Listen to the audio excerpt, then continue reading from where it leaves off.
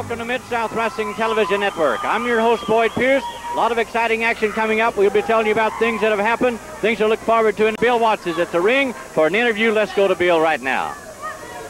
Well, here I'm standing with three men that are still gloating over their victory. Without a doubt, they made the biggest fools ever of Mid-South Wrestling. Matchmaker Grizzly Smith, myself, I was taken in, Boyd Pierce, Paul Bosch, and, of course, the man who they planned it all for, the Junkyard Dog. And, Ted, I want to talk to you first. You know, I've seen you since you were a young boy when you were playing at West Texas State on the football team. I wrestled your father, a former AAU national champion, and he was one of the roughest, toughest guys I ever met. But there was a sense of fair play, a sense of chivalry about him, whereas if he could beat you breaking the rules, he did it, but it was a head-on type manner. It wasn't a scheming, let somebody else do it. You know, since I think he would roll over in his grave. Something, Bill. What you think doesn't matter to me, and what my father thinks or would have thought what doesn't matter. My father is dead and gone. That's not the point. The point is that we've got all the iron. Mid-South couldn't throw any stipulations at us because there was one important little phrase there: no disqualification. The Junkyard Dog is gone. We know that we're going to see the film because we kind of like to see it ourselves. Well, Matt Borne, of course, your father was a great in wrestling, too, and here you've come. Are you proud of this action? I am very proud of it. You know, we're talking about Ted DiBiase. He called me last night. He told me we got to get rid of the Junkyard Dog. Now, I don't know too much about the Junkyard Dog, but I know he can't have too much upstairs. I'm not bragging about being the smartest guy in the world, but the Junkyard Dog, his mother must have built him a swing building facing a brick wall when he was a little boy or something. It was just too easily. And one of your comments, Duggan. I don't believe it. Oh, easy. You know, I didn't believe it. People from the South, a gorilla. Come on. Hey, that is a little particular that it just happened to be a gorilla that punched Junkyard Dog's number. Let's take a look at that. Let's take a look last week. Let's everybody join in this. Borne starting to climb the ropes. JYD's getting whatever out of the glove. Matt Borne coming off. JYD's got the object of DiBiase. What's that gorilla doing out there? That guy just... That's Duggan! Yeah, Watts, it is Duggan. Boyd Pierce, that's Duggan! And he attacked his dog. He going for the spear, but he went for the spear. Hacksaw Duggan speared the dog. Hacksaw speared the dog. And remember, this is no disqualification. DiBiase has picked up the foreign object and has put it in the glove. And DiBiase has just teed off on the dog. Boy, I can't believe it. The Junkyard Dog has just lost the Mid-South title, and the Junkyard Dog, by decree of the contract, will be the man that is forced to leave Mid-South for 90 days. Boyd Pierce. Boyd, I just don't know what to say about it. Well, you just saw during the state fair, the Louisiana State Fair in Shreveport, with the kids from Summit Oaks, with the anticipation of everything, the tremendous disappointment as the Junkyard Dog was carried from the ring right after that happened. And these are the tag champions. The dog is gone 90 days. But you know, DiBiase, I had talked to JYD after it happened, and it's almost like he had a premonition. He said when a guy would go to the extent that you went to win the title, the extent that you tried with wrestling too, that it's almost like he knew something was going to happen. He just didn't know what. It's just like a Pandora's box. Well, regardless of what he knew about it or what he thinks about it, he's going to have to know about it and think about it someplace else for about 90 days. Because he can't come around. Well, it's true. He is barred from the Mid-South area for 90 days.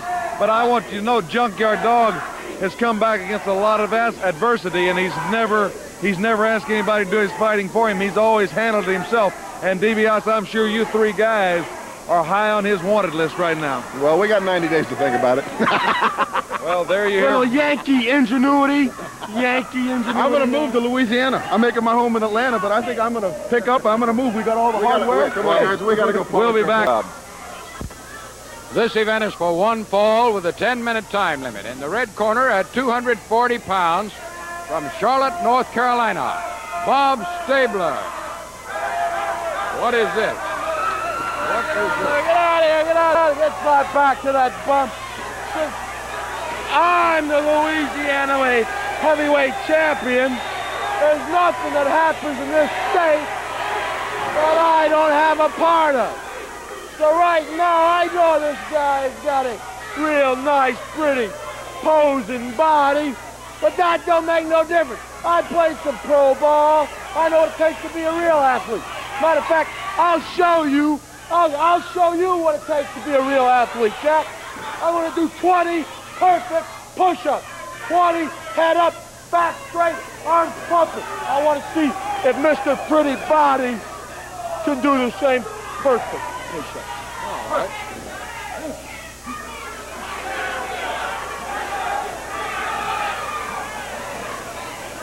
10.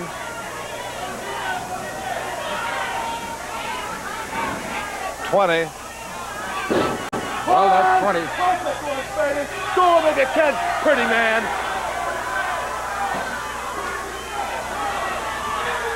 And Tony Atlas is going to do it.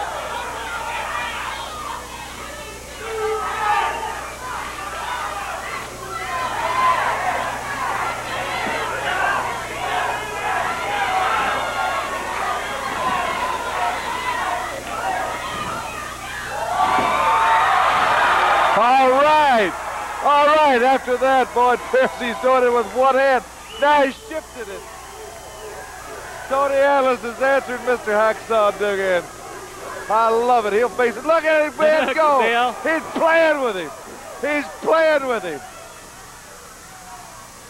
Well, big deal. Stand back here. Stand back. Duggan got 1, 2. I think he ran out of gas. Duggan wants to see him do it Duggan again. wants to see him do it again. I think Tony's got Duggan's goat. People are telling Tony not to go for it. You better watch Duggan. I hope he's got it. Well, he's going to do it some more. Maybe Tony's just so powerful he doesn't care. Duggan started a war. Duggan has started a war. He's trying to take advantage of Mr. USA. I've seen this happen before. I've seen some people try to take action on Tony, but Tony's got that reserve, and it's called heavy-duty power. People are calling for Tony to go.